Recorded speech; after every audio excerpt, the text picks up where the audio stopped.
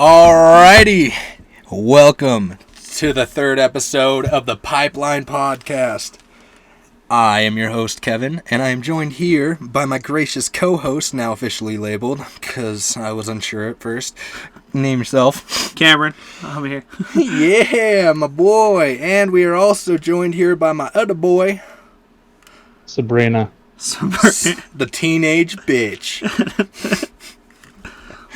Alrighty, folks. I kind of want to start it off this whole thing by kind of talking about the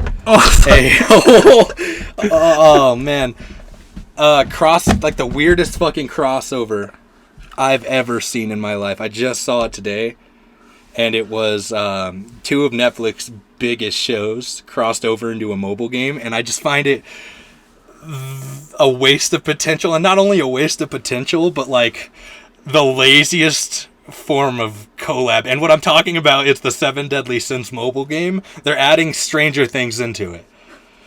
Like, I don't even know what kind of powers or abilities. Like, I wonder if they're just adding the monster, or if they're, like, including the characters and stuff in it, too. Okay. Well, from what I've seen in the trailer, there's just a bunch of, like, demigorgons that they fight. But they have the characters in their, like, Dungeons and Dragons personas. So, like, it's all role-played, right? I feel like they're going into a whole, like, this is our campaign, and it's with these characters. But all the trailer showed was, like, dozens of demigorgons for, like, the main characters of 7 Deadly Sins to fight off. That's really odd. I saw that Jaison just muted his mic. Do you have anything to include on that? Sorry, I was just vomiting at the idea of the crossover. No, I saw a part of the trailer, and it looked like a hillbilly with a shotgun was in there. Oh, man, that was the cop character from the show. The cop. And I was like, well, you can't full counter bullets, so it should be balanced. Full counter, just a bullet flies back. It flies back twice as fast and hits the cop. Oh man, I can't. They wasted it specifically because all it is the demigorgons that they fight. Okay. Because there's been 3 seasons. Yeah. So there are, like, I never saw the 3rd season, Neither so I don't know have if there's a new creature. I think so. I think there was that weird, like, nightmare creature or whatever. That's in a different realm. That was in the 2nd season. Is it? Oh, okay. Then I am wrong. Jaison, do you know anything about this? No. Oh man, you haven't watched it either. None of us have been really keeping up on Stranger Things. Oh man. I've never watched an episode. Oh, great. All right. Well, like in the 2nd season, there is like this alternate. It's not the Upside Down, as in the 1st season, but it's. I need to rewatch it because I think it's in the Upside Down. It could be. I don't know. But there's this giant shadow creature that they face. Before I can even talk or say anything about it, I really got to rewatch it myself. Just the fact that, because what I feel like they did is Netflix was like, Stranger Things is their best live action show, and 7 Deadly Sins is their best anime, like OG anime. So they just were like, let's put the 2 most popular things together in hopes that the demographic of a live action series will love their characters all like reimagined in an anime form. Like, the 7 Deadly Sins mobile game also had like a crossover with Bleach not too long ago. Yeah. I didn't think that was too weird, but not knowing that was owned by Netflix and that kind of shit, it was kind of weird. Yeah. You got bags up there. Now, Bleach makes sense. I can respect that choice. Yeah. It's at least it's another anime, and like the powers, I guess, are kind of similar scaling in a way, but it's just used differently. But I kind of feel like anime. All right, let's cut that out. Trace, please. Trace is gonna like be. He's just gonna go. Ah! So I think that an anime should cross over, if they're gonna cross over with anything other than its media, should be Western animated shows. Like, they should have, like, I don't know, an anime crossover with Rick and Morty. That'd be weird. Or, like, Gravity Falls. That'd be fucking weird, but cool. Yeah. Stranger Things and Gravity Falls? No, That'd be no, fun. no. That'd be Fucking, That would be fun. It would actually be kind of interesting to I don't think know about. any slice of life anime. I don't know. Damn, I wish Tyler was here. He'd be able to name that one that I'm thinking of that he always talked about. Always jerked himself off over it. Oh, It was God. like had like these fucking chibi characters. I don't want to know. Oh, okay. Oh, I want to know. Oh, I'm officially Googling We're skipping chibi on to anime that. right now. We're skipping that one. Fuck that. Alright. So I also want to. We just watched Mortal Kombat oh my God. on HBO. So let me. I want to throw in a thing about Mortal Kombat. Okay. The fighting was really good. I really liked the fight scenes. I thought it was pretty well choreographed. It was pretty interesting. It was horrible storytelling. It was so bad storytelling, and they leave it off as that they're going to turn this into a multi-movie series, and it's just not. It's not enough to capture me. It's just like the fighting's really cool. They included fatalities and those kind of moves, which was real neat. Cringy as hell when the character looks and goes flawless victory. I was like, okay. Pretty bad. What do you think, Jason? I would have loved, because it said Scorpion versus Sub-Zero on the movie, so I would have really loved if they just went into like the backstory of those two characters to set up other movies. And see, that's what I had thought it was at first. Seeing Bihan, was his name Bihan? Yeah. Bihan killing Something like Hanzo. I had thought that's how the direction the movie was going to go. I thought it was going to take the direction of explaining Sub-Zero story as he becomes Sub-Zero and Scorpion's story about how he becomes Scorpion, but they just kind of skipped over all that, and all of a sudden they're already Sub-Zero and Scorpion, and now the main character, this guy's ability is not consistent whatsoever. Like No. at the very beginning of the movie, the coach or whatever that guy was that was inside of his locker room basically calls him a punching bag. Well, then his ability becomes he's a punching bag. He stores kinetic energy and turns it into weapons. He does. But then when he goes to fight Sub-Zero, it just doesn't work. It just does not turn on for some reason, and it's like no longer a thing, and it's so odd. It is weird. I'm gonna let Jason talk. No. I thought that was really strange. Like, go ahead. yeah, it just felt really strange watching him just like, oh, well, all of them really, their powers just turned on like out of nowhere. There was no like training for it. And then freaking Sonya Blade had like a Sears logo on her arm after she fought Kano. It's just that weird S-shaped symbol she got on her arm. Like, oh yeah, she just unlocked a mark that apparently Raiden knows if you have by birth or not. Sonya Blade just was like, yeah, I just willed it into existence, baby. Well, it's so weird So because they talk about the mark at first as if it's like a birthright to the main character. And then Kano comes in and Sonya admits that they were tracking down a guy that Kano killed and he got the mark. And like if that was the thing, if Sonya really wanted to be a part of it, she could have easily killed Kano. Like she could have easily just jumped on him and like whap and took it. The biggest part about this movie for me is that they turn like the powers of each Mortal Kombat fighter into they turn it into like the Force, what George Lucas did with the Force. Anybody can have them, and like it, I would enjoy that.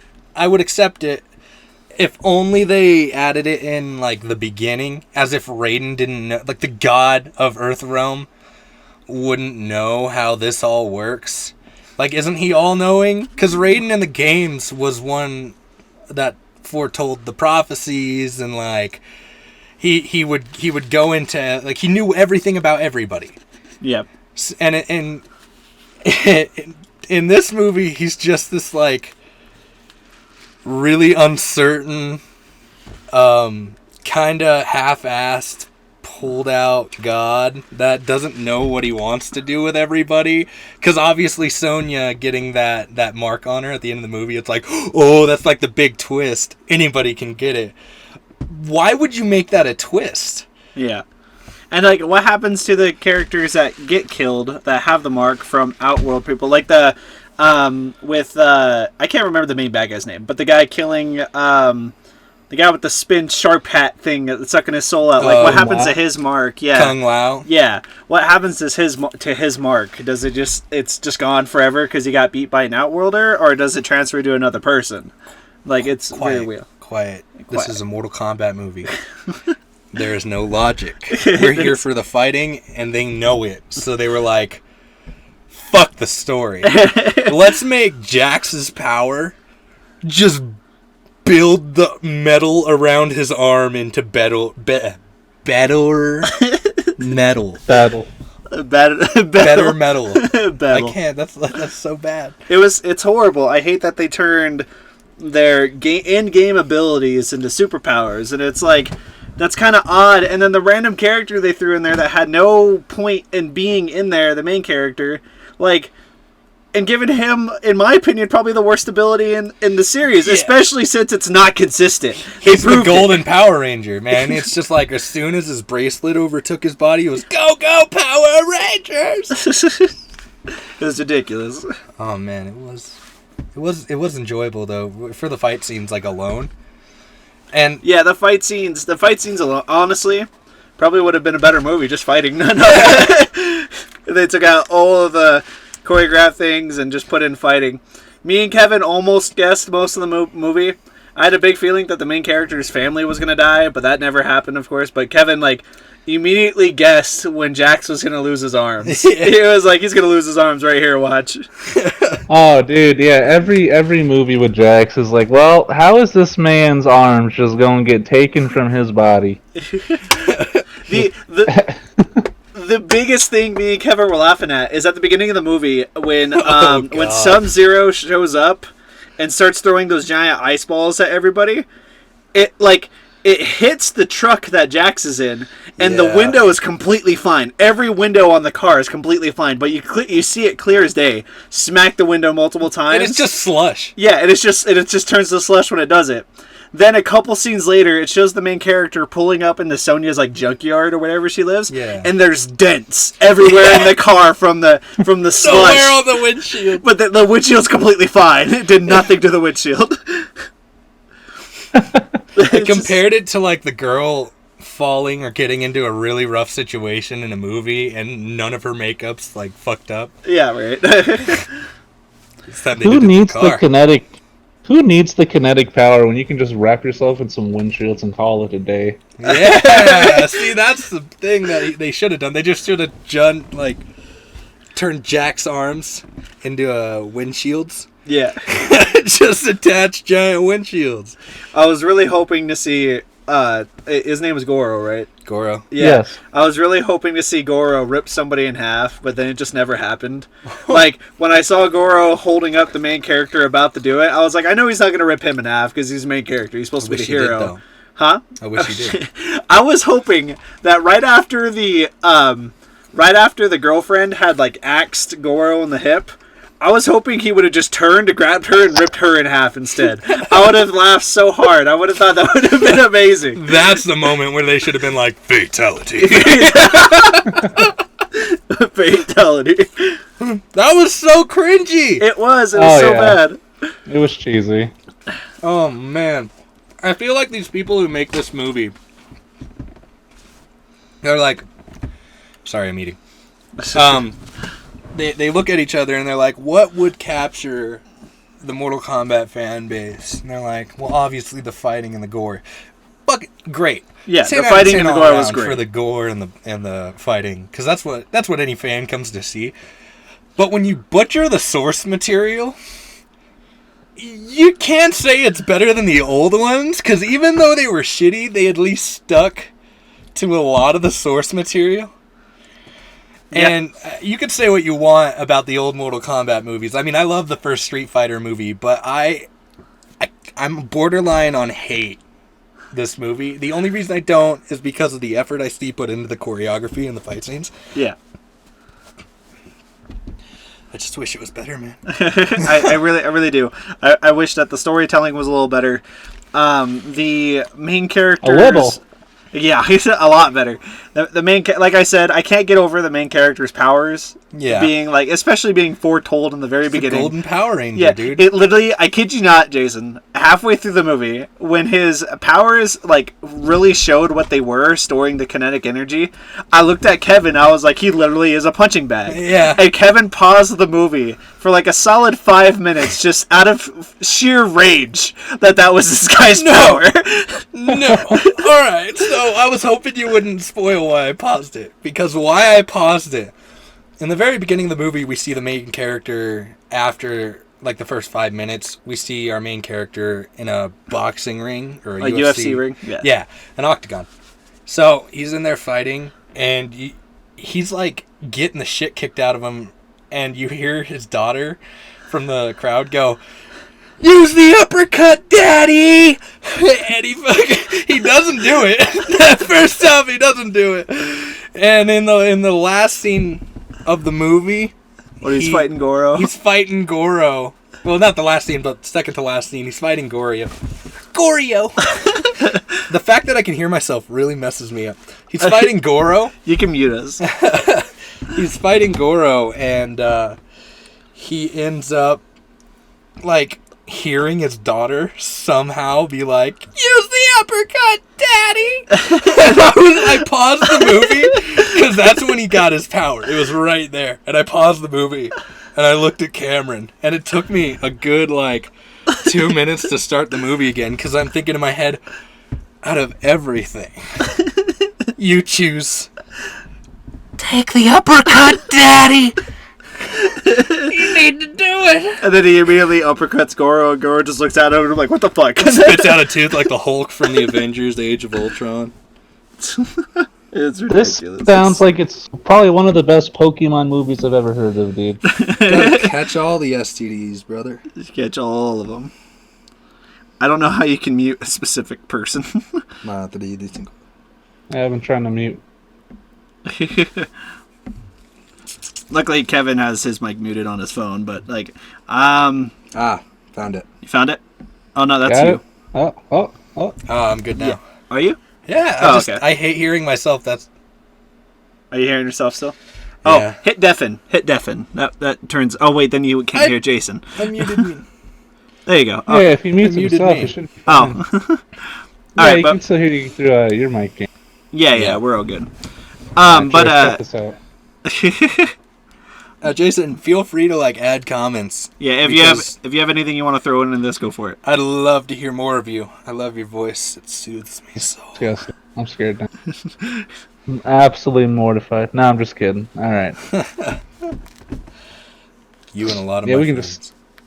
Let's just get all this part cut out and then get another question to start it back up with. I was gonna say, did you guys think the acting in this movie was any good whatsoever? What do you think, Jay? You go first. I think I liked Liu Kang, Sub-Zero to some degree, and a little bit of Kano. I think those are probably the three characters I enjoyed. Yeah. What about you? I liked most of the acting. I didn't think any of it was terrible. Yeah. They showed it was just written bad. It wasn't their acting talents for se. None of it was horrible. Jax had his weird cringy moments where he was kind of crying like a little baby because his arms wouldn't work.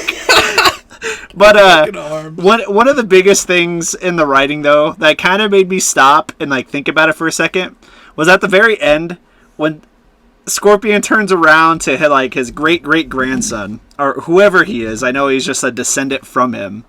And he just speaks to him in Chinese saying good luck or whatever, and the main character just understands him when the main character is admitted to being an orphan and adopted, so I'm almost definite he was adopted by an American family that doesn't know any Chinese, but he just knew. And apparently this film is bomb, dude. I'm looking at these review scores right now, and I'll go back to it because I was gonna look at IMDb facts just to tell you guys some trivia. But IMDb rated it a 6.7 out of 10. Rotten Tomatoes with a 56%. Oh, damn! That one These are nice scores. Yeah, it definitely makes sense. Worth it. Yeah. What would you guys rate it? I would probably give it a solid 4. Yeah. Out Yeah. of 10. Yeah, about a 4 out of 10. 4 out of 10. I gave Cameron my answer earlier. I said 3 out of 10. 3 Yeah. out of 10. I'd say good 2. That's good too. I just don't, like, personally, it rubbed me the wrong way. 1. Yeah. All right. You know what? I'll go one more down. Me. Fat Zero. Slap it. The Zero movie. 1 and 1 penny. Fucking A, man. Are you guys excited for South Park to come back whenever it's going to show? It's coming back. I thought it got canceled. Did it? I heard it got canceled. It did not. I heard it got canceled. No, it didn't. Are you serious? Yeah, that's what I heard. I had You're heard it lying got to me. canceled. Hold on. I'm looking it up right now. Okay. I'm fact checking you right now. Right now, mama. South Park. It's like rumor checking more than fact checking. Yeah, well, I'm going to do it right now. See, Hit I'm it getting an up. episode. Where'd you hear it was coming back? It has not been canceled. Oh, okay. And it renewed. The series was renewed through 2022. Oh, okay. Okay. Yeah, there's no way. I was like, there's no way. There Oh, okay. can't be any way. I had just heard rumors that it got canceled and was being stopped, but What who about? knows? Have you guys watched any of the Invincible series yet? Oh my god, I'm all caught up. I literally watched the soonest episode that just came out. I think it's 7. Episode 7, Yeah. maybe. And I literally was up at 12 a.m. and I was like, "Fuck it," and I watched it. It was came really out good. today. Yeah, I need to watch that. yeah. Have you seen all of it, Jason? No, I haven't watched any of it. Oh, What? I highly recommend it. It's super We can't good. talk about spoilers now, Jason. What the Oh, you can frick? talk about spoilers. I don't mind. You will, because like it's. No, I don't. I don't want to. I don't mind. I know further spoilers because I've looked into the comic lore and all that other stuff to see. Like, I honestly wanted to know if they were pulling from the comics actually, like, pretty genuine. And from what it seems like, it's doing really well. So it's like straight from. Yeah, it's almost like it's almost directly straight from the comics. And what I had learned when I first when I was like on episode 2, I was doing a little bit of research on it. It was made by the same guy that makes the Walking Dead comics, and I was actually quite surprised. Oh yeah, Yeah. it was the show's actually written by the Deadpool creators, or Yeah. the Deadpool writers from Yeah. the movie. And the I don't know if you've noticed it, but when you watch it on Amazon Prime, it shows like whatever actors are in the scene or whatever. There's a lot of actors from the Walking Dead series actually in it. And then the fact that they bring in guest stars makes me so happy. Like, they brought in Justin Roiland from Rick and Morty to play a guy in one episode. They brought in Seth Rogen to play as the alien guy. They bring in random, like, really well-named actors just to Yeah. play, like, one-episode parts, which are really good. That's because it What keeps. kind of budget is this? It's a pretty good one, honestly. Out of all the stuff that has been animated like this is the one. Yeah, This is the one show that's like the most clean Yeah. and like the most physically impactful. With the like every punch that gets thrown, you feel it. Oh my god. What I like about that is the fact like you're watching it and you're like, wow, this is really good superhero animation. And then when somebody gets hit in the face and like you see the impact and the blood spray out their face, you like take a second and you go, wow. Yeah, this is actually hitting different. There's Like, not been a moment in that show where a fight scene has happened and I've not gone at least once like, oh shit, Yeah. like, oh dude, because dude, like some of the shit they show in this is fucking like stuff I've dreamed of since I was like 13. Yeah, Like, it's phenomenal fighting. The It's really gore, dude, I love gore. For one, like I dig it. Call me a psycho, call me a serial killer. I love it. It's so good. Show me the juicy red mush as much as you fucking can. And that's like one of the main reasons I love Mortal Kombat.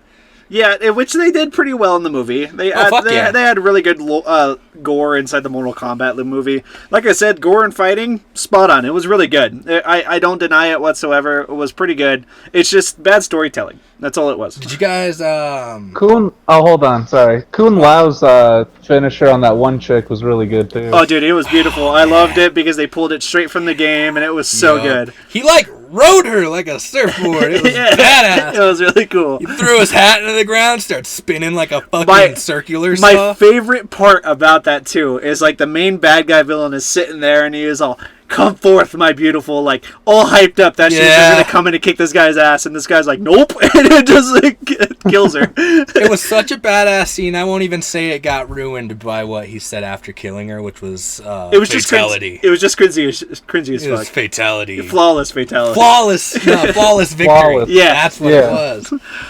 It was really cringy, but like I don't hate it because of that. But there's a new anime coming out. Have you guys read the manga Chainsaw Man?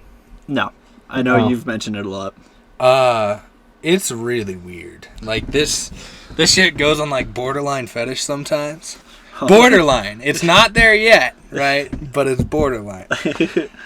It's kind of like this man. He's a demon hunter, so he has a dog that's like a chainsaw. Like you can see the picture right there. He carries around this like little dog, and it's a demon, and it has a chainsaw poking out of the front of its head, and its tail is the ripcord. So like whenever he goes out and fights a demon, he'll like pull this dog's tail, and it'll like turn into a chainsaw, and he'll kill demons that way. Well, in like the first manga chapter, he gets like severely injured, and it's said that like demons can fuse with human souls as long as they're attached in some way. Okay. So while he's dying, this dog like fuses its soul in with his, and he has like a ripcord popping out of his chest from now, like for the rest of the series. But whenever he yanks it, he has like a metal mask that flops down over his head, and his like limbs turn into chainsaws. That's real weird. It's the weirdest shit, dude. But it is so goddamn cool, and it's actually becoming an anime now. That's pretty cool. That's pretty dope. Like I'd check it out, guys. Seriously, like read the manga. That shit's so good. The on the topic of On the topic of anime right now, Jason, have you read any of the My Hero manga up to date or anything? We'll save talking Kevin's about saying it. Save it. Yeah, Kevin's we'll save talking save about it. it. But have you read it? No, I haven't. What? Link me to the site you use. I just type in Boku no Hero chapter whatever I'm on and find it on Google. Okay. I don't know if Kevin has a site. I do. Okay, I have an app. Link him the app so he can use it. I only don't want to talk about that in this podcast because I want a podcast that Michaela can listen to. Yeah. No, I get you. Yeah. We go. It's pretty spoily. Yeah, she doesn't like spoilers. She doesn't read the manga. It doesn't read the manga. Did you know that Rick and Morty was added to Rainbow Six? Oh yeah, I saw that. Yeah. Pickle Rick for the Smoke. Yeah, Smoke. Yeah. Yeah, Smoke has a Pickle Rick outfit. And I think crap. What is it? There's another character's skin, and I don't know exactly what it is. I'm trying to look right now. It is. It's just Morty. No. Oh, it's the freaking, those flies, those alien flies. Yeah, they got a skin in there. Yeah, they got a skin for Sledge. Oh, that's cool. Where he just has like the helmets that the alien flies wear. That's real neat. They're bureaucrats. I don't respect them. I would have given the Pickle Rick to Sledge, and then whenever he pops a hole in the wall, you just get that audio. I'm Pickle Rick. That would have been great. You know how cringy that would be in like 2 years? Dude, I know. You know how cringy it is now? Honestly. It's settled down. It's settled down, but that's because everybody isn't talking about it anymore. Are you guys excited for the Demon Slayer movie? Or? Oh my god, I am super excited for it. Is that a Demon Slayer game I'm looking at your phone that's coming out? That's really cool. There is a Demon Slayer game coming out. What I want. Let's jump on the subject about video games here for a second. Okay. What I want for like Naruto. I don't know if you played any of the Storm games, Kevin. I know you've watched me play a couple. I played Ultimate Ninja Storm 4. Okay, so I really want a Naruto game that starts from the very beginning of Naruto with Ultimate Ninja Storm style going all the way into the end of the series. Yeah. Because that would be really fun, really long gameplay, lots of characters, a whole bunch of cool stuff. But I hate that they released games that kind of just told sections of the story. Like 4 is just the war arc. But I would have really liked to have, like, from the very beginning, I would really like it to start off, like, with first Hokage versus Madara fight. Yeah. And that's kind of like how it goes on. And it goes from there to, like, the fourth Hokage teaching Kakashi, Obito, and Ren and all that. Moving on to the fourth Hokage versus Obito. Then continuing on, Naruto being like... I would just love the whole storyline in a consistent game with that style. Because that style of game was really fun. I would play the crap out of it. Yeah, that would be fun. Wow, Camrin. You What? wanted to start at Hashirama, not Hagoromo? Pathetic. Well, like, we can go back to Hagoromo. Send it all the way back. All the way back. All the way back. That'd be cool to From see day one. Hagoromo as a playable character in the series. That would it'd be something brand new. That'd be real dope. Shut up. Yeah, no, they it really wouldn't. should. Yeah, it would. Yes, it would. That'd be great. No, it wouldn't. Stop enabling him. What was Enabling. a anime Get outta game here. that kind of like came out and didn't make a very big impact or a big splash that I thought was actually kind of decent was the My Hero game. I thought the My Hero game was like... this? Yeah, it didn't make a big... The second game didn't make a huge splash as the first one. And, like, I didn't think it was too bad. Like, it definitely could have been better, but you gotta look at, like, Naruto's very first game or Dragon Ball's very first game. They weren't that great, but, like, they were okay. And comparing them to, like, My Hero's very first game, My Hero is definitely on top for, like, first game released from those series. Like, they did a really good job. Well, I'm just surprised they didn't go any further with it. Play the first Well- one? I did play the first one. Okay. Go ahead. Okay, I was gonna say that's a little unfair because freaking like Dragon Ball's first games were like the Sega Genesis Well, yeah. or the PS1 or whatever. Like that's not fair to compare their first games. I think Tenkaichi 3 holds up to most like fighting games still. Dude, And honestly, that came out multiple years before. And Tenkaichi 3, that game has some child history between me and you, Jason. Yeah, it does. There But, were like, some memorable moments. I think like I played that game a couple years ago even, and it still holds up as like a really solid like fighting game. Oh, it really does. Like, Devin had downloaded a like PS2 emulator on his computer, and he like Yeah. texted me out of the blue. He's like, "Guess what I'm playing?" And I was like, "What are you playing?" He's like, "I'm playing Tenkaichi 3." And I was like, "Devin, oh my god!" I was like, "I missed that game. I missed it so much. It was a really good game." Mhm. And like the fights me and you would have in that game, Yeah, we would but go what hours. What I was gonna say to you though, with the second My Hero game, is kind of what I was telling you when I heard about it at first when it was coming out. Is I don't think there's enough to supplement a second game, and I really think the first game should have just done like DLC stuff. Yeah, it probably would have done a little bit better. A lot of people actually kind of got upset about the first game because they introduced Midoriya's shoot style, I believe, before it was actually shown in the show. And a lot of people got kind of upset because they were like, why would you do that? Wait till the show has it and then introduce him as a DLC character instead of as an unlockable character when you got near the end of the game.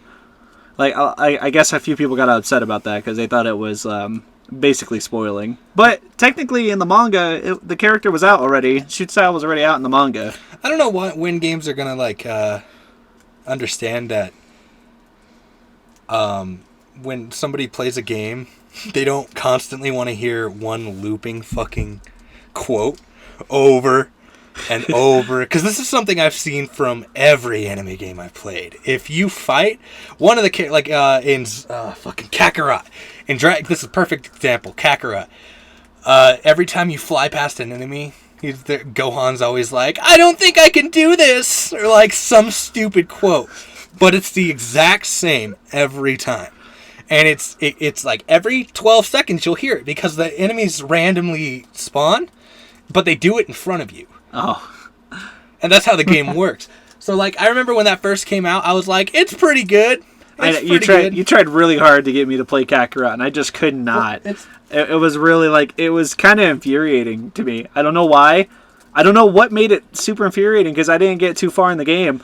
But like, the fact of having to do all these like mini things before you actually like continue the story for some reason turned me off. Turned me away from it. You have to do them. Well, it made me do it. Like with Piccolo, I had to do all this extra little shit before I even met up with Gohan, and I was like, "What's the?" I understand you're trying to teach me how to play the game, but like, why do I have to fight 5 people to know what Gohan's doing? Like, why can't do I just go look?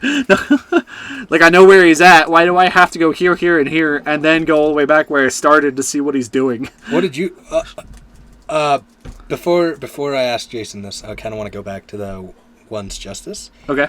My Hero One's Justice, like the first game, because that's where I was getting at, is with the continuous character quotes and being really repetitive. Yeah. The Nomu in that fucking game, dude. Is it bad? It's... If you played it, you would know.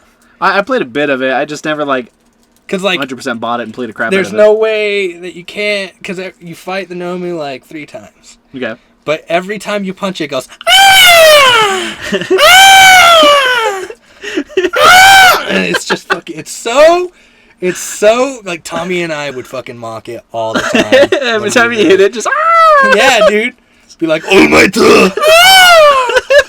And it would just knock me out of the playthrough. So that's what I mean. Sometimes I don't know when game developers are gonna learn, but don't use one quote over and over and over again. It's just annoying. I wonder if they asked the voice actor. They were like, "Okay, now make a different noise." And he goes, "Ah!" They're like, "Okay, make a different noise." Ah! They're like, "No, I said make a different noise." And he's like, "I did. It was 2 seconds shorter. Didn't you hear it?" I was gonna ask Jason what you thought about Kakarot.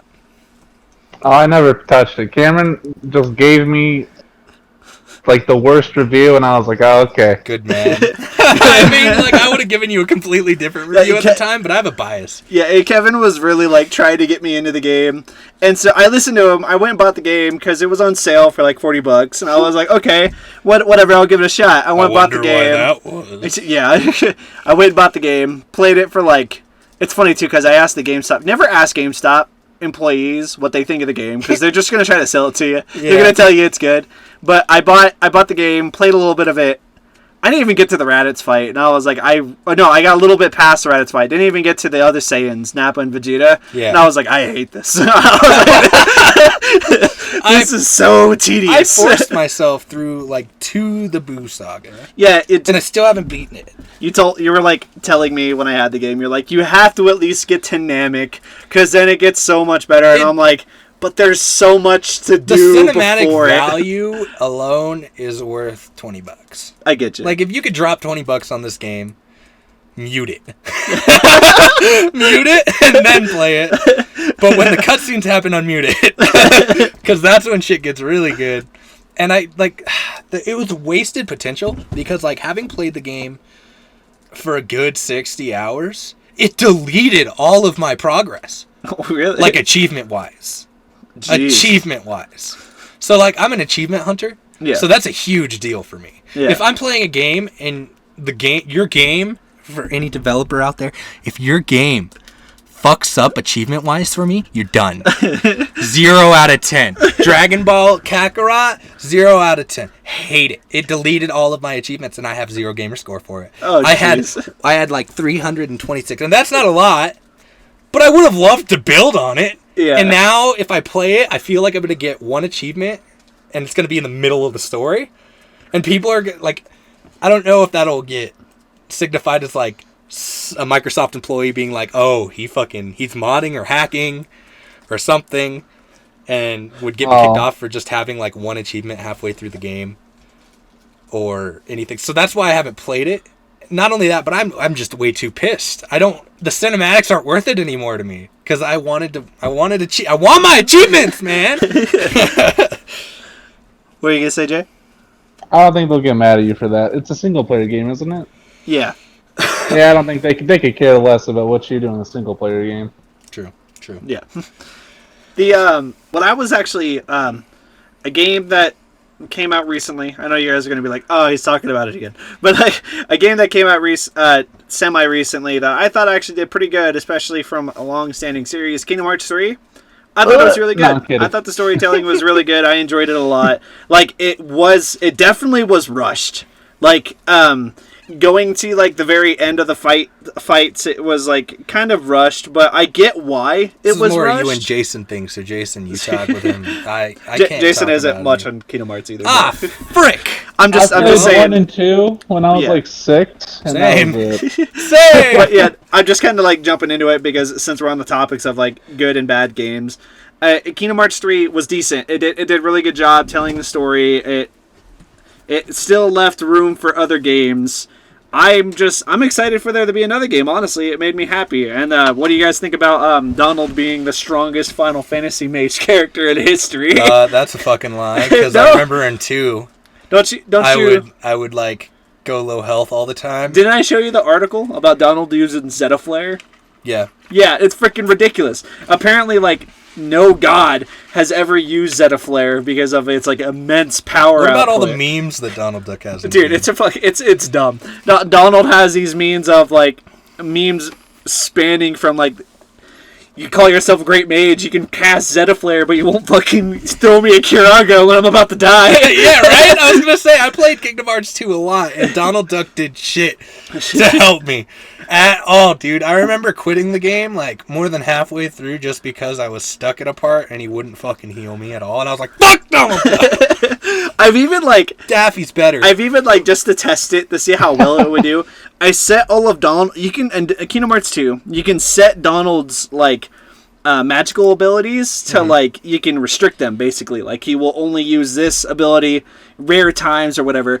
I set all of his magical abilities to use them rarely, and the only magical ability I left on freely was Cure. When I'm about to die, the fucker still has no mana, and I'm like, what are you doing? I literally turned you off only to heal me, and you still don't. You're a waste of breath! I would always switch him out with whatever character I had coming in. Just because of the sole fact that other character would heal me with their potions more than Donald would use his magic to save my ass. Yeah. In Kingdom Hearts 3, though, they included it to where you didn't have to change your party out anymore, which was excellent. I love that, because like they introduced so many extra characters that you can just put in your party without having to like change people out. Like in the Toy Story level, they introduced... which was the best? It was the best level. By far, I loved it. Out of it all. And like... They included Buzz and Woody as team characters, and you didn't have to switch anybody out to keep them. So you had a party of 5 running around beating the crap out of Heartless, which was 100% needed because the level's freaking ginormous. Yeah, it is a... Dude, that's a good... Like, that's probably the most memorable in all of Kingdom Hearts. Yeah. Just because you step out of Andy's house and it's like a wave of nostalgia hits you Dude, from seeing it's so just good. that street. It's so good. Kingdom Hearts 3... did really good on the like no loading screens. Oh my god, dude! One of the only games that like 10 seconds. Yeah, dude. and the fact that it was almost like what would have made the game 100% free roam is if there wasn't any levels, any loading screens between levels, like you getting in the ship and then flying to another world.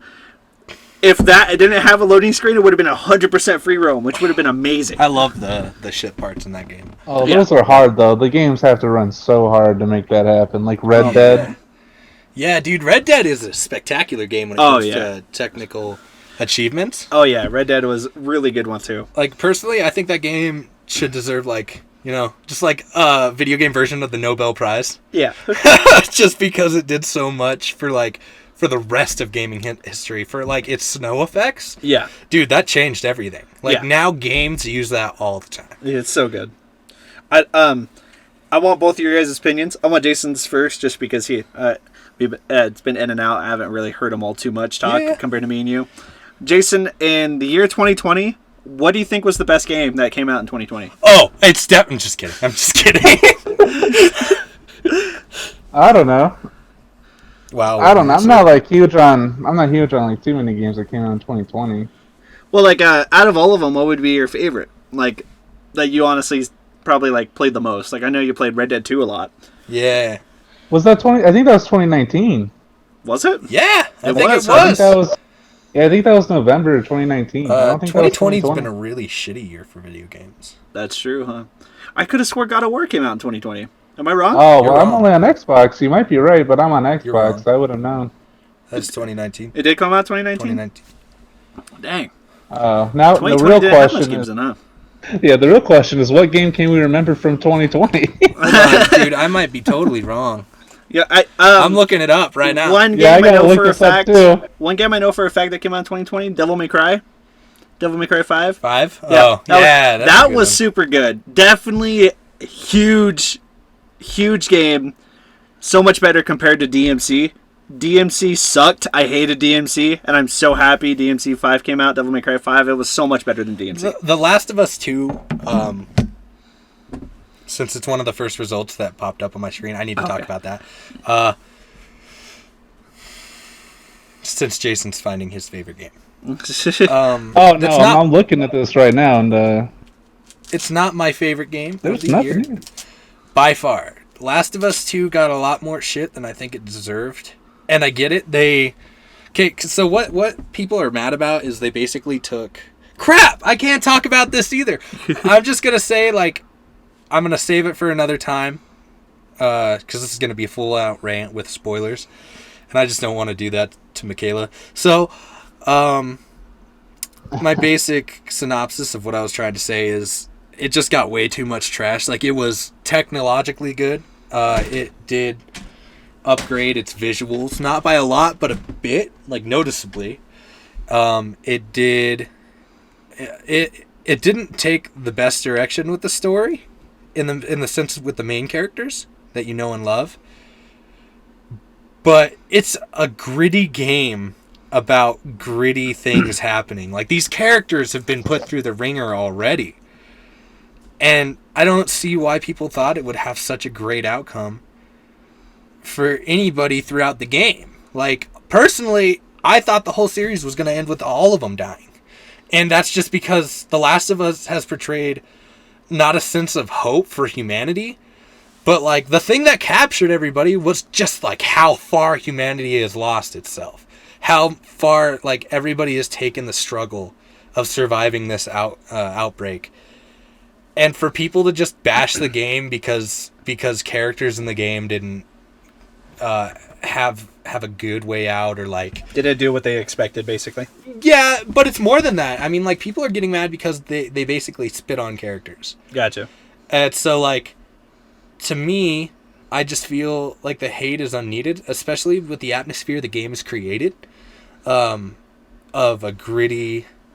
realistic, not everything has hope, you know, like to me it just felt like these people are kind of fighting a pointless battle, but not fully. Like, there is hope. Yeah.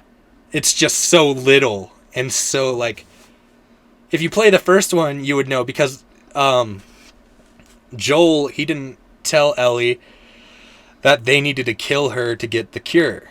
And that's the whole reason he took her out of the base. Once at the end of the game, at the end of the first game, you get to the base that you've been heading there towards the entire game, and you take Ellie in, and they make her unconscious, and while you kind of get taken prisoner, and they tell you that they're going to kill her for the cure. They have to. And so you break her out, and you go off, but, like, at the end of the game, she was like, I need you to tell me right now, you know, if there was really no way they could have found the cure. And Joel, like, lied to her. He said, no, there's no way. It was useless. And so, like, that in itself should have built up that, like, oh shit, hope is very little now, because she's, like, the only known cure. And he's keeping it from her. Well, like... They never take off on it? Well, they do. They do, okay. For sure. But it's not like... They kind of do. They kind of just skim over it a little bit. Okay. But it does affect her. Yeah. And, like, it sucks that, that people kind of were just like, it didn't go the way I wanted it to, and it sucks because of that. I really think that it owed a little more to the publish. Like, we owed a little more gratitude to the publishers, not for just, like... Because they didn't just throw out a game half-assed, right? They, like, put real time into it, and it is fun. It's, like, one of the funnest games I've played all year. Huh. So, I'd recommend it. Like, for sure. It's not a 10 out of 10 by any means. It's not even a 9, but I'd give it like a good 7. It's not better than the first one, but I like it. Okay. Did you find one, Jason? Dude, 2020 had like nothing going on, dude. Dude, I think I think the only game I kind of played was Trace is gonna have this one better. I hope he gets here so he can talk about it because I can't. But Assassin's Creed Valhalla. Mm-hmm. Yeah, that's probably the only 2020 game I actually kind of played. Yeah, I had to play it more.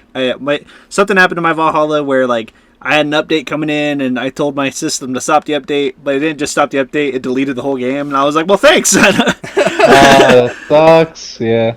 The cinematics in Valhalla are really nice. Dude, they're pretty. They're really pretty. They are. They're very pretty. The gameplay though is super clunky. Yeah. I didn't like it. Like I was coming off of this binge of Assassin's Creed Odyssey. Yeah. And that gameplay is just so smooth and like it's such a good role-playing game. Like the story itself, not that great, but as a role-play game, there is so much good that they do in that. And I was really sad that they kind of just foregoed all of it for Valhalla. Yeah. You didn't like, let's say, like Squadrons? Squadrons is I never okay. even.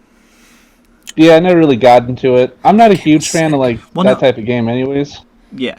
So like the Squadrons is sick. It's really cool. It reintroduces the fighting and like the dog fighting. Yeah, the like let's jump way back to PS2 era. Battlefront 2. Yeah. Battlefront 2 PS2 original game. Had space fighting, which I loved. I loved the space fighting. Oh, I would do it all the time. All the time. And, of course, when they remade Battlefront 2 and not had space fighting, it really turned me from the... Well, kinda. Too much. It's just it's dogfights. Yeah. Because it was sky battles. Exactly. It was just sky battle. It wasn't like in space, kind of take out the ships and whatnot. But when they released Squadrons, it filled that need. Because not only was it space dogfighting, but it was also conquer. Yeah. You wouldn't just go in fighting ships. You would go in and try to bust the main ship, the big ship releasing everything, which was what I missed. I missed in Battlefront 2, the original game, you getting in your ship, flying to the other ship, getting inside of it, and blowing it up from the inside, along with fighting outside of it and blowing it up. It was real fun. It was. It was a real good time with friends, for sure. Yeah. It was super fun. Especially going inside, taking it out from the inside. Yeah, it was real good. My goodness. And, like, I had missed that. I missed that a lot, especially as they move it over. Delivered. Yeah, Squadrons delivered really well. Like, it's one of my favorite games of the year. Just because I love dogfight. Be some good old dogfighting. Give me some air battles. It looks so good. It looks really good. Dude, and the fact that they released it on VR, too, with complete... They did? They released it on VR with complete mechanics, which means that you can use your hands to control everything in the ship. Hell yeah! Dude, it's so that cool. Seems really cool. I think that sounds badass. It's also the only game, in my opinion, the only game I've ever seen where you literally have 100% control of your vehicle. Yep. You hit buttons on your controller to change settings, and if you go into, like, because you can see it from first person or third person, if you're in your ship and you hit a button to change settings, you watch your character flip the switches and hit buttons, which is really cool. It's really interesting to see all these mechanics just work all together. Yeah. And the fact that it's still happening in the ship when you're watching it from third person too, amazing. It's really cool. One of the best parts about this game, Jason, if you don't know, is like something I've wanted from a Star Wars game for a long ass time, and that's to play as the Empire, baby. You get to play as the bad side in this game. And it's not for mini missions, but like, fuck yeah, dude. I'm always down to kill some rebel scum. Hell yeah. Step on them with my boot, brother. Step on my boot. I loved it. The grand scope of the battles, too, are fucking massive. Yeah. Like, they're so big. It's such a big world. I love Star Wars, but I like Star Trek better. I'm more of a Trekkie just because, like, what? Star Trek scope is way better than Star Wars. I get what you're saying. Like, it's definitely dependent on personality. If you like fantasy, Star Wars is your way to go. Yeah. If you like more science realism, Star Trek is your baby. Yeah. Like, it's really dependent on what you like more. Of course, I like fantasy more, which is why I'm more into Star Wars. Star Trek is really good storytelling, still a really good series. It's just I prefer Star Wars over it because I prefer fantasy. And that's like the whole scope of it. If you prefer science and realism, like I said, Star Trek is your baby. Now, did you guys play... Nah, Jason didn't have a PS4. I was going to say Miles Morales. I played the original Spider-Man game, which was amazing. Awesome. It was super good. I 10 loved out of it. 10. Yeah. One of my favorite games. I wanted to by far. play Miles Morales. I know the game... Isn't it the game not too big? Like, it's not very long? I don't haven't know heard much about it. I've tried my damnedest to avoid spoilers because I want to play it, and if you ever buy it, I get that opportunity. Yeah. I've just heard that it's, like, not super long. I could be wrong. I gotta play it myself. But, like, anything I've heard about it, it doesn't... jump on too much of the original first Spider-Man game. It's just kind of Miles exploring his powers, which I like that. I like that idea, but I wish if it, I don't know if it's true or not, but I wish this was literally a second game, if you know what I mean by that, because in the original Spider-Man game, it shows Harry, for example, Harry Osborn. Yeah. He has the same disease that killed his mother, which was the like whole point of like his science projects that he had put all around town, was to like help pollution and try to find a cure for that disease. Well, it cuts over to Norman Osborn inside of a facility where he's like near the end of the game, where he puts his hand on a tank and like basically says something along the lines like, I will help you someday or somehow. And it shows Harry in like basically like a Saiyan chamber, like, you know, the healing pods that they have in Dragon Ball. Yeah. It's something like that, but inside of it is a symbiote, and it's a black symbiote, and I'm pretty sure it's Venom. So I'm pretty sure Harry Osborn is going to be the Venom in the upcoming games. I'm fine with that. Yeah, it's not a big like, oh, don't do that. But Doesn't like, have to be Eddie Brock. yeah, and like, I'm kind of fascinated to see what route it takes, because symbiotes do take the personality of who they touch. So I wonder if Venom is too complicated already, is just going to take over Harry, or if he's going to adopt Harry's personality. Because it does depend, like the symbiotes, for example, Carnage, the reason why Carnage's symbiote was super crazy, it's because the first person he ever latches onto is a psychopath serial killer. Like, that's the whole reason Carnage is just, like, outlandish insane. Yeah. And, like, Toxin, the whole reason why he's a good guy is because the very first person he latches onto is a cop. Yeah. Like, and that's... They take on the personality, but they are naturally evil. Yeah, naturally they are. And, like, but I don't know how far Miles Morales goes, because I haven't played it myself, but I haven't seen much of it as, like, the original game. The first Spider-Man was, like, everywhere compared to Miles Morales. Yeah. And that saddens me, because it makes me realize that there's a trend lately with, like, sequels to games flopping. Yeah. And I don't think we should hold sequels to such a high standard. I mean, like, for Spider-Man, there's not much you could improve. It's pretty fucking polished. Oh, like, yeah, it was such a good game. Yeah. It was really good. Not only did it have a lot of story to it, it had heart put into it. Fucking Aunt May's death, dude. I will never. Freaking, they give you a fast travel option in the game. I never used it, because swinging on the web was amazing. Oh, so I hated the fast travel. There was no reason for it. Oh, man, it was flying so through fun. the city and, like, a crime popping up. Oh, yeah. Just heading there every time. Oh, yeah. It was so good. What about Doom Eternal, Jason? Did you ever play that? No, hold on. I got a question for you boys, though. What sequel to a game would you guys want to see like most? See the most, or appreciate the most? What would you like? What do you want? Like, what sequel are you just like hoping comes out for the game? Like, I'm gonna let just Camrin loved? go first. If you have it, go ahead and say it, because I don't have it. I was gonna say the yet. Darkness. I need another Darkness game. I don't know if you guys ever played that. But I've there's two seen of them. you play a bit of it. There's 2 Darkness games out, and you take control of like this mobster, and he's in this huge mob. And in the first game, you know, he's doing his thing, and he meets the demon. They're demons, and they're tentacle things that latch onto this character, but they each have a personality. Like, each of the tentacles do. And so they talk to you throughout the game, but you can literally rip people's spines through their assholes with these tentacle monsters. Like, that's that game Kayla was playing. Yeah. It's so good. I need another Darkness. Yeah, I did. Kayla was playing it, but I've also been over here a few times, and Kevin's just sitting there playing it. They look really good. I just haven't gotten into it myself. It's good, dude. I'd recommend it. Like, if you haven't gotten into it now, I feel like a third one's coming. Like, I don't know when. But you think? I just have this little feeling in my head that that's something they're gonna bring back. Gotcha. That or the Ape Escape series. I want an Ape Escape remaster. That would be cool. Nobody knows what that is usually. Like, you didn't know what that was. I didn't know what it was till until you started showing me gameplay, and I was like, wow, this actually does look kind of fun. It is. Yeah. It is. It's old, so it's harder for people, like, to get into it now. Yeah. But it is fun, and it revolutionized the way analog sticks are used. Yeah. What about you, Jason? How old is that Darkness game? It looked old when I was watching Caleb play it. PS2. No, it was Xbox 360. Oh, 360. Okay. So it's PS3 360 days, yeah. Yeah, I think it came out in, like, 2012. Oh, okay.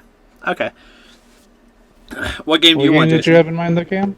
I'm still thinking. I asked the question. Oh, that's not good. I can keep going. I think I have an idea, but that's good. I think I have an idea of what game I want to see come out next. But the thing is I know it's coming out. I just don't know when. I'm just excited to see it. What? The next God of War. What is it? The next God of War, I'm really excited for, because the God of War, the newest one that came out, it was excellent. I loved it. I thought it was so good. Games though, like that's why I'm trying to think. I'm trying to think of a one-off series. Because it's like Maneater, dude. I'd love to see that built upon like the Shark game. Yeah, I love that game. A lot of people didn't talk about it, but I want to see another one. I saw a couple reviews on it. I got to play it myself. I know you bought it for me for my birthday last year. I just never jumped on it. Yeah. What about you, Jay? I'll try to think of an older game. I'd really love to see Bethesda figure it out and get Elder Scrolls 6 out. Oh my god, that's something like everybody wants. I know that's just like the next Fallout. Dude, when I had heard that they were releasing Elder Scrolls Online, I got super excited, thinking it was just going to be Skyrim, but online. No, they butched it. No, they couldn't make it that easy. Dude, if they, the problem is that they could have literally made it that easy, and everybody would have loved it. But what they gave was total trash. This is a corporation we're talking about, Camrin. I know, not your it's mom. horrible. I hate that they didn't do that. I know, they totally could have as well. What'd you guys think about the Avengers game? I didn't get into it. I heard good things, but same. Yeah, I thing. saw little bits of it on YouTube, and I just was not sold. I'll get into my opinion on that in a second. Cameron, so what's your game? Back on the topic of like best games that came out in 2020.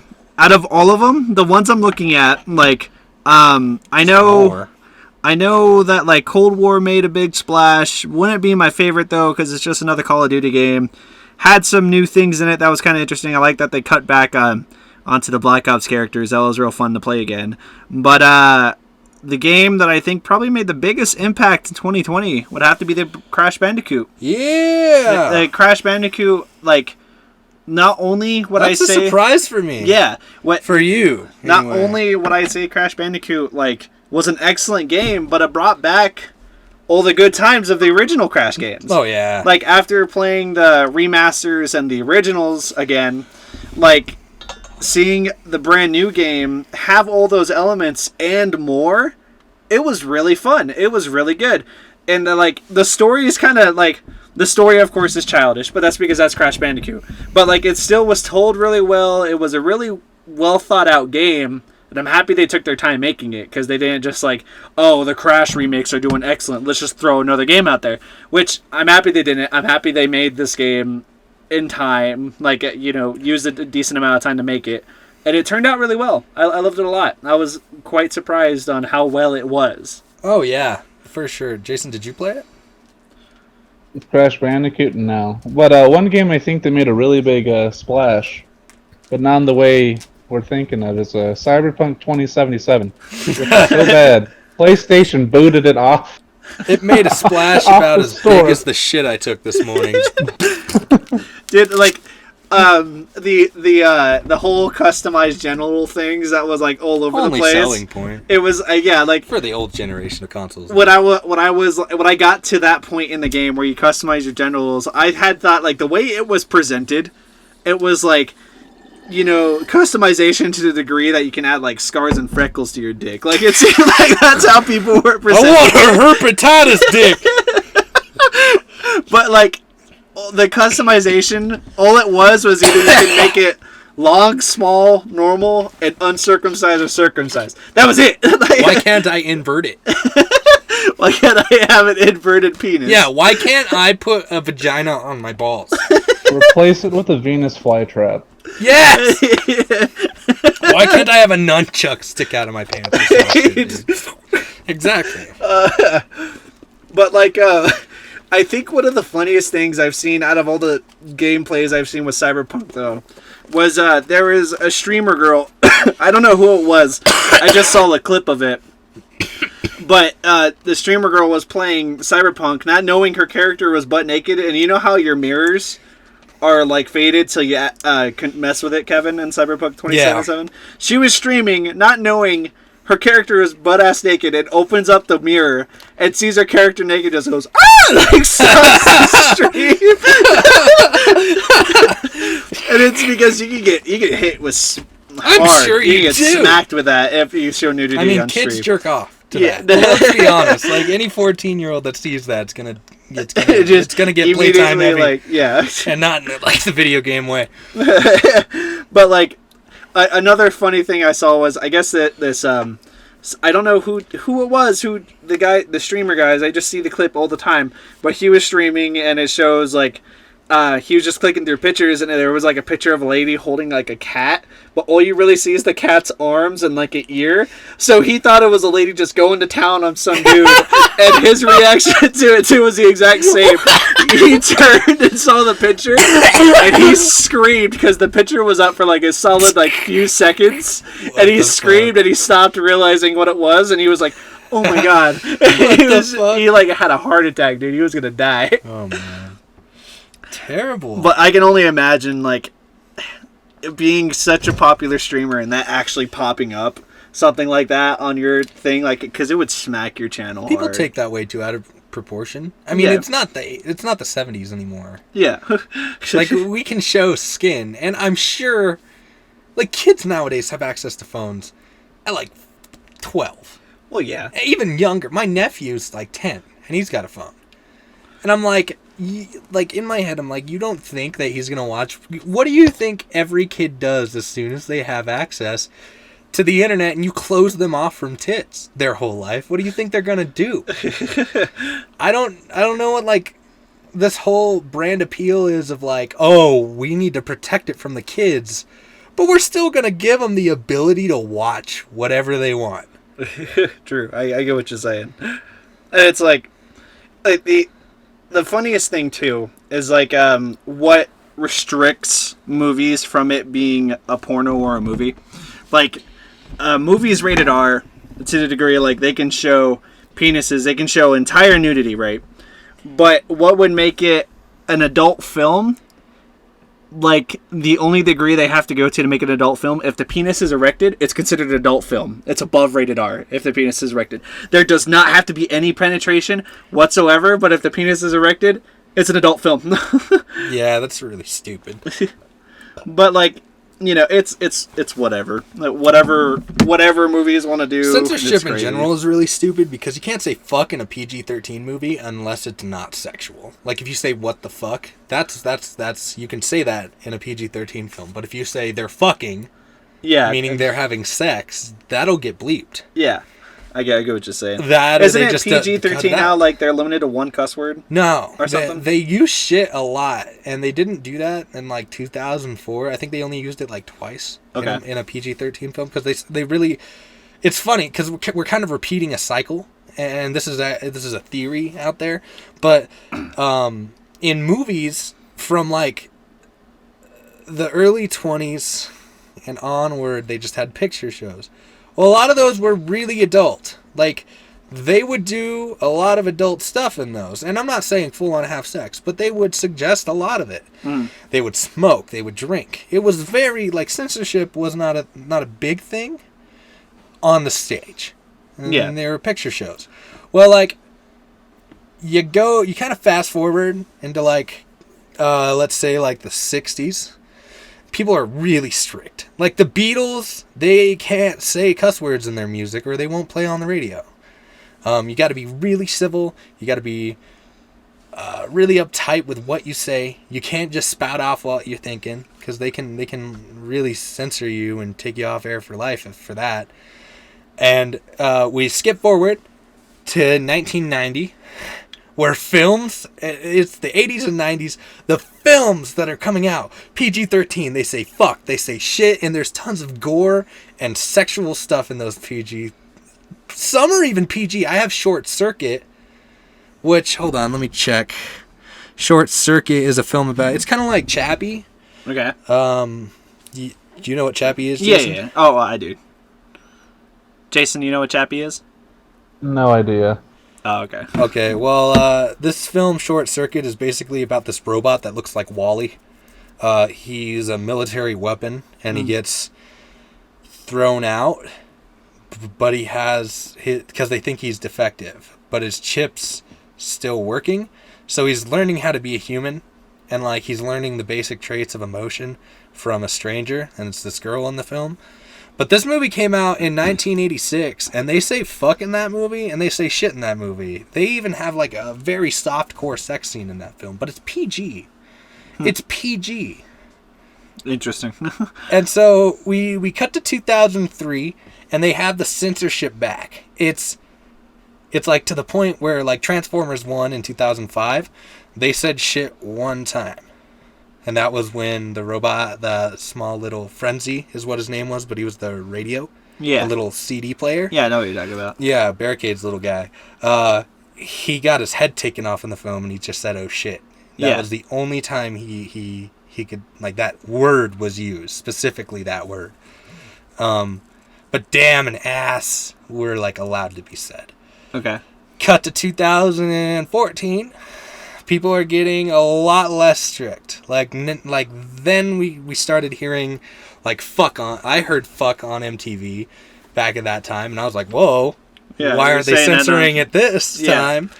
And, like, movies were coming out that were rated R a lot more, that were unrated a lot more. Like, most of the American Pie films, I think, came out, like, 2010 to 2015. Yeah, something like that. Yeah, so that's when we started becoming a lot looser. And like, we've become so loose that now, with PC culture, we're reverting to becoming censored again. Gotcha. So we're stuck in the cycle of, like, censoring ourselves and uncensoring ourselves, but throughout, like, film history. Jason, you got any input to put on the censorship topic, or are you just listening? I don't swear, so I don't care. Jason's a pretty good guy. I've only ever heard him swear once in my entire life knowing him, and it's because I think it's I've heard him swear, like, say damn and ass. Well, yeah, but not anything like crazy. But, like, wait, when? I don't think. No, I have not. I think you've said damn around Kevin, but I don't think you ever said ass. No, I've never said either one. I don't say those words. You have called people jackasses. No, I've not. I've never heard that. You haven't? I've never said that. Okay, I'm thinking of somebody else You with a must be similar thinking. voice. My bad. But, like, I've only ever heard No way. Jason cuss once my entire life, and it was the F word. You want to And it's elaborate because why? I think it. No, let him. Oh, okay. Let's let Jason elaborate on why he doesn't cuss. Why he doesn't? Why? Yeah. Okay. I don't feel the need to. He's It's not like it's not complicated. Yeah, I just don't care to spew out a bunch of cuss words. Stunt There's your other words to vocabulary. use. My vocabulary is horrendous. Okay. Jason's one of those people that can easily, like, he can have an argument, make his point across without getting too angry and spouting words. He's definitely, out of everybody I've ever met, when it comes to arguing, Jason's definitely, like, the most logical person about it. He definitely thinks about what he's going to say, especially if it's, like, an argument that's pretty heated, like when people are pretty upset or whatnot. Yeah. Jason's the only person I've ever heard, like, stop and think about what he's going to say next instead of, because he's mad, I know say things. one person in my entire life that's never cussed. In all my life. Like, it's from, like, since 7th grade. But I've never heard him cuss, ever. And he's going on to, like, study in, like, big colleges and stuff. But he is a 1960s man. Or no, I'd even go further down, say 50s, just because of how, like, what do you call that? Polite, but it's not polite. It's just his attitude. Like, socially basically. acceptable? What's that word? I don't know. There's a word for it. But anyway, he's just so nice, and he looks like he's from that era. He has the glasses. He talks like this. He's like, "Why, hello, Mr. Camrin." Oh, I get He'll you. be like, how was your day? And like, you'll tell him, and he'll be like, "Well, my day's good." Ha ha ha. Like he seems artificial, but he's like one of the best people I've ever known in my life, and I'm sad that I don't talk to him more. But I've never heard him cuss ever. Yeah, ever. And like my story with Jason, the only reason I heard him cuss, like I'm not even like 100% of the specifics because it was like so shocking to me at first. Like I legitimately was kind of scared because I had never heard it from him before, and I think it was just because like. I think it was something as simple as like he like really stubbed his toe on like and he was just not having a good day, and he just really like I'm pretty sure you like kicked your couch or something, Jason. I don't remember what it was, and it just kind of slipped out. And I honestly think it slipped out because he was hanging out with me too much, and I opened when I was over at Jason's. I'd be opening my mouth saying words like crazy, like dude. If you're like outspoken, yeah, you affect a lot more people than you really think you do. Yeah, and I feel like that's the only reason why he probably said it was because I think it was that time I was over at your place for like the entirety of the summer, Jason. So like I think we were both kind of adopting each other's vocabulary in a way since we were both pretty young. And I feel like that's the only reason you cussed was because you stubbed your toe and it wasn't a good day and you just. He's quiet now. I don't know why. We try so hard to get him involved too. I know. No, you guys are good. We know we're good. No, that's the problem. Is you're not. I'm just kidding. I'm just kidding. Oh man! All right. Well, since Jason, you really haven't like okay. So there was like for the game, you really haven't played. Oh, it was right on there. You haven't played like. Oh no! Like I haven't played a lot of recent games. Like looking at it, to be completely honest. I just haven't really done it. I think like the only recent game Cam and I were pretty much. Cam and I were playing a lot was Apex Legends for a while. Yeah, we were slaying that. I've been seeing a lot of memes come out with Apex Legends. People getting angry about parties and all that shit. And now we're doing like Minecraft and Dead by Daylight. Like we're not playing like recent games. Yeah. I get you. So 2020 didn't have too many games going out for it. Like Among Us wasn't even a 2020 game. It just got big in 2020, like end of 2020. And it was very weird because apparently Among Us has been out forever. And like a game that did come out in 2020 that I actually thought was pretty cool, and I'm actually kind of sad it didn't get more publicity, was Fall Guys. I thought Fall Guys was actually kind of neat. I thought that was a neat game. I never played it. I never really even watched gameplay on it. It's all it is. It's a 100-person room, and you guys play obstacle games, and the person that does the best is the winner. And as you go on, like first, say like the first thing is like an obstacle race, you have to get through certain obstacles and get to the end of the race, right? They only allow so many people to pass, and if you don't pass, you get kicked and can't move on to the next game. And it's just kind of interesting. It was a new concept. It was kind of neat. It just didn't stick. It didn't stick well because it was getting publicity at the same time as Among Us, and Among Us just did a lot better. Watchdogs Legion is a game that I really wanted to. Because Watch Dogs 2 was such a step up from Watch Dogs 1. Yeah. I really wanted to see this game succeed. I was like, there's no way. Did it not? It's not that it didn't succeed. It's just people. They said it was mediocre just because they had a lot of the problems that the Batman games have, and that is if it ain't broke, don't fix it. Oh, gotcha. But the thing about Watch Dogs is it's a hacking game, and you kind of need to update things to make it interesting all the time. Like, you don't have to update the meme world vibes you give off, right? You don't have to update your memes. You don't even have to do memes. But what you should do is upgrade what you can use and how you can use them. Like, you should have the ability to use a spider tank free roaming. From Watch Dogs 1, there was this mini game where you controlled a spider tank, and it was the best thing out of the game by far. But you just blew up cars and stuff in this little area with this tank that could climb up walls to buildings. Oh, that's cool. And like hop off of them and shit. And Watch Dogs 2, it was present, but it was... I can't even remember if it was present. Now that I think about it, I don't think it was. And in Watchdog Legion, it's not that it's bad because this is the only feature not used, but like the hacking services, they're the same things throughout all the games. Gotcha. It's not any like new kind of thing. The combat's the same. Ah. It's just the graphics are somewhat updated. And even then, it's not that impressive. It's just not bringing anything new to the table, so it just slipped under the radar. Gotcha. Even the Mafia Definitive Edition kind of fucking sucked in terms of remaster qualities. Like, it was a bunch of 360 games remastered, but they didn't remaster them well enough. It looks better, but it's the same as the BioShock remastered. It's just slightly updated. Yeah. The one thing, too, I wanted to jump on a new game series, or not a new game series, but a new game coming out, continuing a series. The new Resident Evil game, Resident Evil Village. Yeah. It looks so good. Oh my god, I am super excited.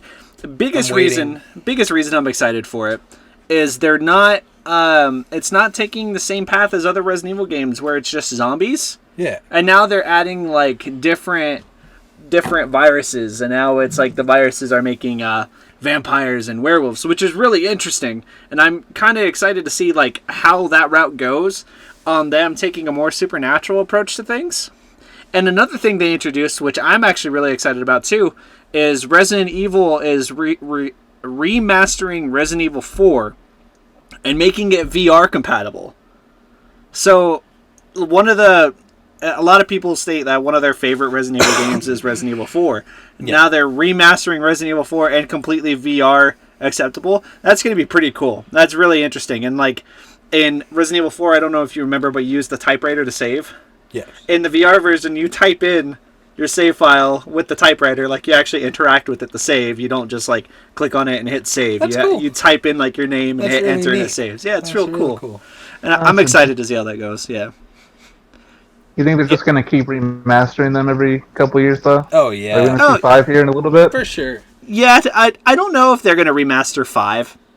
Just because 5 had, like, compared to the other games... It was more action. Yeah, compared to the other games, 5 was a lot more action, less horror, and people are trying to jump more into the horror scenario. It was fun. It was fun. And you guys are playing it right now. Yeah, we finished it. We're done. Oh, really? Yeah, we finished it. Oh, we didn't man. 100% complete it. We were going to do a whole BSAA hunt thing and like a treasure hunt thing, but we kind of just backed off of it just because it wasn't anything new.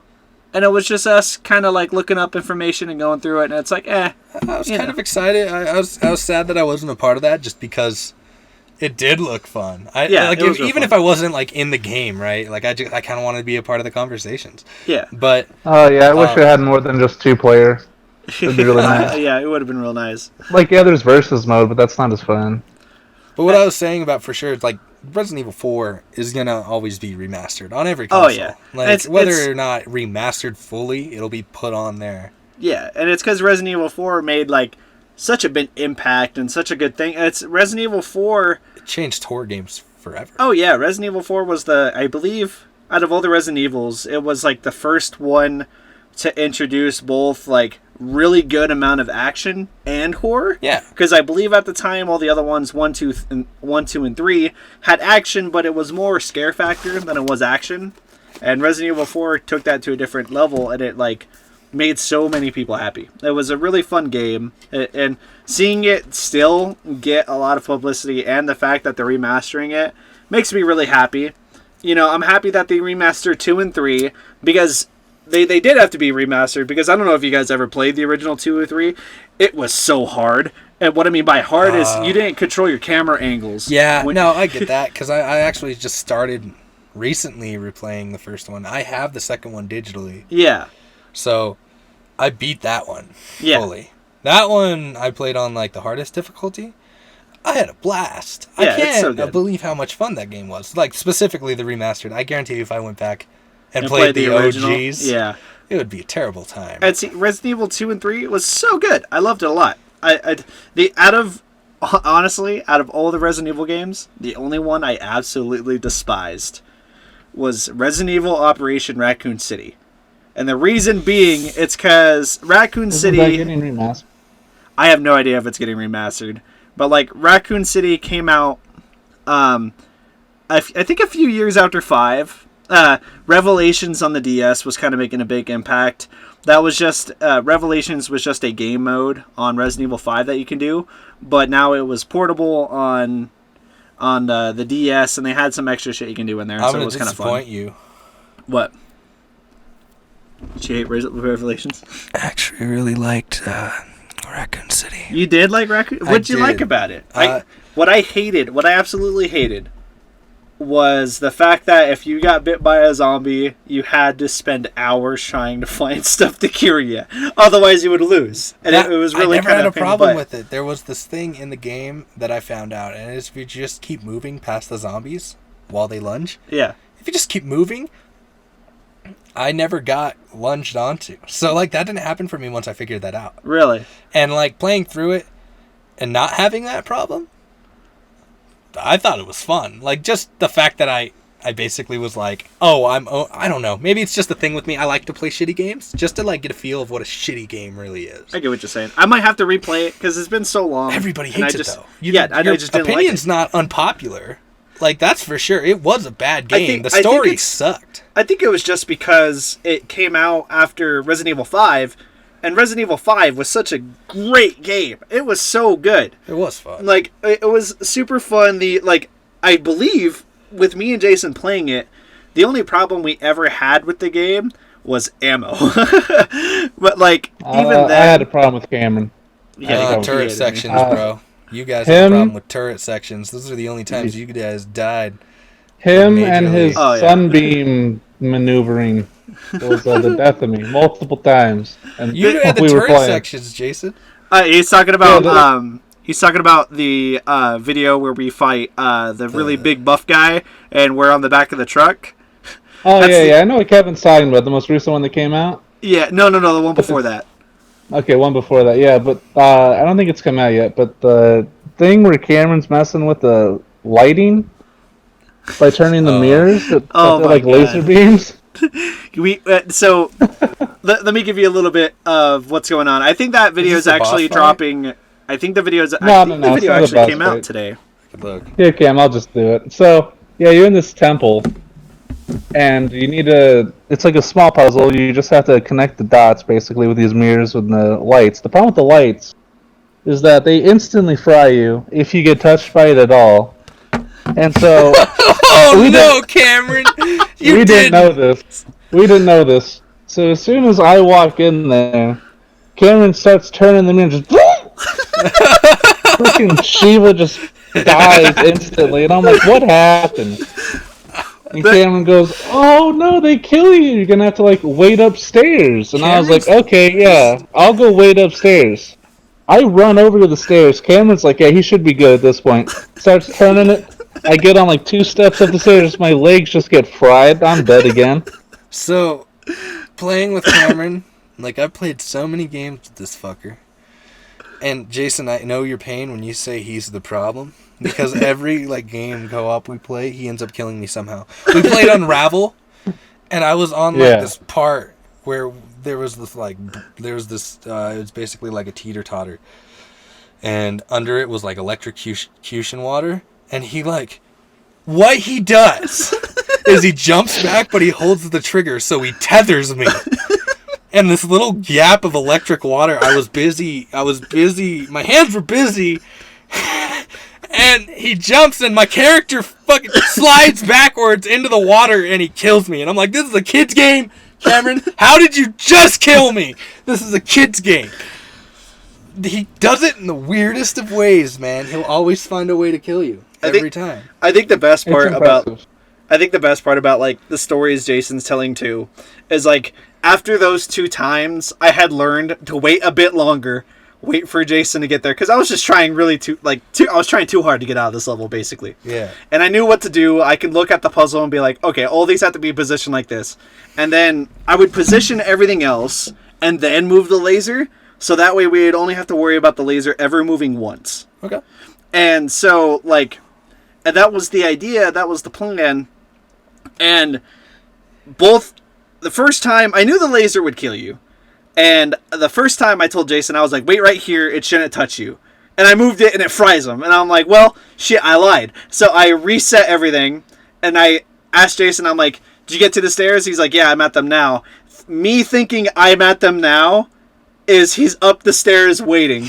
But no, what's really happening is he's going up the stairs now. And I turn fry him again. And I'm like, well, I gotta start paying attention to Jaison instead of trying to rush this shit. And so we get through all the levels, get to the final level, because there's 3 levels you have to go through. We get to the final level. I'm kind of used to, waiting my time and stuff. And so I open up a door that has treasures and stuff in it. Me and Jaison go into the treasure rooms, collect the treasures.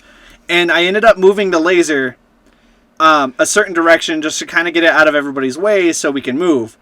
Not knowing where Jaison was exactly, and the laser missed him. And I saw that it missed him, so I told Jaison, I'm like, wait, Jaison, wait right there, don't move. And not knowing that he had already moved after I had moved the laser, he goes, okay, I'll wait here. I go in, rearrange everything, move the laser again, fries his ass, and then we have to restart from the beginning. I'm like, son of a... I was like, this man's malicious, dude. He just wants to see the world and me burn. And it was just horrible, because I constantly just kept frying. It's the most we've died in a single level throughout the entirety of that game.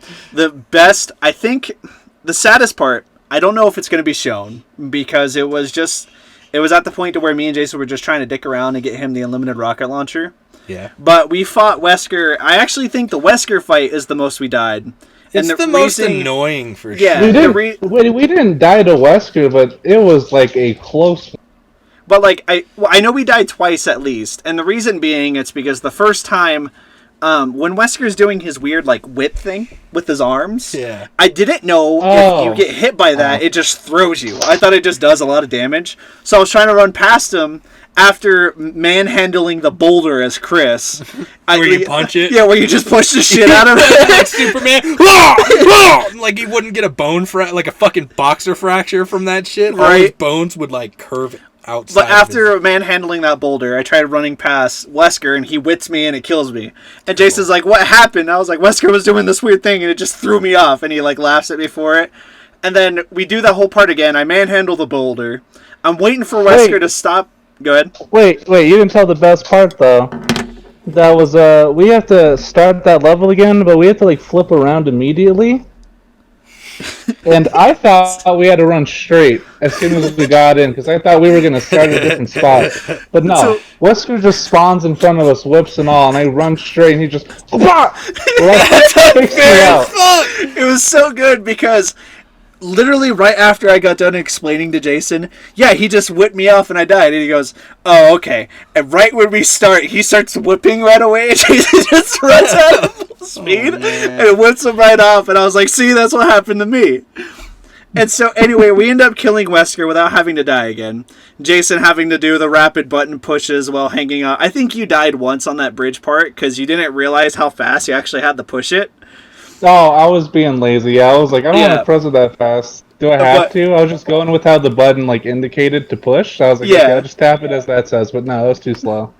But those were the only 3 times we died. We ended up beating Wesker. It was kind of close too because we were running out of ammo. We only had a couple bullets left by the end of it. I think Jaison was actually knifing at this point. Oh, wow. But I'm not quite sure. But after beating Wesker, we were just like, okay, whatever, because me and Jaison, I believe when we were at the buy menu, before I told Jaison this is the Wesker fight, and he goes, should we buy rocket launchers to use on him? And I told him it wasn't a big deal. He was gonna survive the rocket launcher shots anyway. I get the unlimited rocket launcher once we complete the game. We start going through replaying levels so we can get Jaison the unlimited rocket launcher, because what it is, if you can beat the game in under 2 hours total time, then you unlock the unlimited rocket launcher as a viable thing. And on that level, we had so much time in it, I was like, I know if we just hit every button and run as fast as we can with me using my rocket launcher, we will blast through this. Yeah. And so we did. We get all the way to the end with the Wesker fight, and I Jaison starts going towards the bridge area, and I run over, knock over my boulder as usual. While Jason's still hanging off the bridge as Sheva, I got my boulder done, turned the Wesker, and just start going with the rocket launcher. I hit the guy 3 times, and he dies. Man. I was like, Jaison, we could have literally knocked out half his health if we both bought rocket launchers before this fight. And I was just so upset because we used so much ammo, and it took so much time to beat him when we literally could have just been boom, boom, and that could have been it. Yeah. But hey, whatever happens, happens. Whatever happens, happens. Alrighty. We have another place to record. Yet we just got summoned. Did Trace not want to jump in the Discord and talk? No, we're gonna head over. That way I can shower. Okay. Alright. So you wanna do the outro? Yeah, no, for sure. Jaison, it's been freaking awesome having you, dude. I can't wait to have you on our next episode too. And more, because I really hope we have our mainstay of you and Trace and my new co-host labeled Camrin, my boy. Hope you've enjoyed as much as we have of Jaison. No, I guess he hasn't. Oh. Okay, I thought this was an outro. I was like, is he? I don't know if I'm supposed to be saying asking you, man. Have you enjoyed it? At least it's not been miserable. Yeah, it's not bad. Oh, hell yeah. Good. At least it's Jaison approved. It's decent. All right, guys. We're going to go ahead to our next recording location, and we'll be back with you on the next episode of the Pipeline Podcast. Later.